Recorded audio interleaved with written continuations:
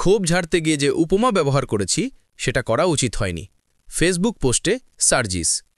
এনসিপির কর্মসূচিতে বক্তব্য দেওয়ার সময় বিদ্যুৎ চলে যাওয়ায় নর্দার্ন ইলেকট্রিসিটি সাপ্লাই কোম্পানির কর্মকর্তাদের বিরুদ্ধে বক্তব্যের ব্যাখ্যা দিয়ে নিজের ফেসবুক আইডিতে পোস্ট করেছেন জাতীয় নাগরিক পার্টির এনসিপির উত্তরাঞ্চলের মুখ্য সংগঠক সার্জিস আলম।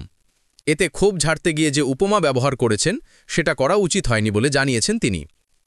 আজ রবিবার সন্ধ্যায় সার্জিস আলম তার ভেরিফাইড ফেসবুক আইডিতে এই পোস্ট করেন। সার্জিস আলম ফেসবুক পোস্টে লেখেন, বিগত এক মাসে পঞ্চগড় জেলায় এনসিপির ৩টি আয়োজনেই তিনি যখন বক্তব্য দিতে শুরু করেন তার ১-২ মিনিট পরেই বিদ্যুৎ চলে যায়। গতকাল শনিবারও তার বক্তব্যের সময় একই ঘটনা ঘটে। কথা বলা শেষ হলে আবার বিদ্যুৎ আসে। ৩ দিন ভিন্ন সময়ে অনুষ্ঠান হলেও এ ধরনের ঘটনাকে উদ্দেশ্যপ্রণোদিত উল্লেখ করে সার্জিস আলম বলেন, জেলা পর্যায়ে বিভিন্ন সেক্টরের কিছু কর্মকর্তা এ ধরনের ছোটলোকি কিংবা অন্য দলের দালালিমূলক আচরণ করে থাকে। একজনকে ডিস্টার্ব করতে পারলে তাদের রাজনৈতিক সফলতা মনে করে। বিদ্যুৎ চলে যাওয়ায় নেসকোর কর্মকর্তাদের হুমকি দিয়ে বক্তব্য দেওয়ার বিষয়ে এনসিপির এই নেতা বলেন, প্রত্যেকবারই প্রোগ্রামের আগে তাদেরকে প্রোগ্রাম সম্পর্কে বলে রাখা হয়।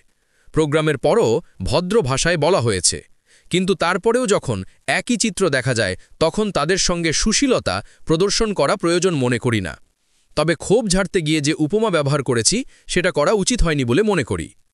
এনসিপির সচেতনতামূলক কার্যক্রম ও মিডিয়ার বিষয়ে সার্জিস আলম বলেন, চাঁদাবাজি, দখলদারিত্ব, সিন্ডিকেট, দুর্নীতি ও মাদক ব্যবসার বিরুদ্ধে এনসিপির পক্ষ থেকে লং মার্চে ১০ ঘণ্টা ধরে প্রায় ২০০০ মানুষ মোটরসাইকেলে করে সাধারণ মানুষকে সচেতন করে তুলতে পুরো পঞ্চগড় জেলার ১৫০ কিলোমিটার অতিক্রম করেছি।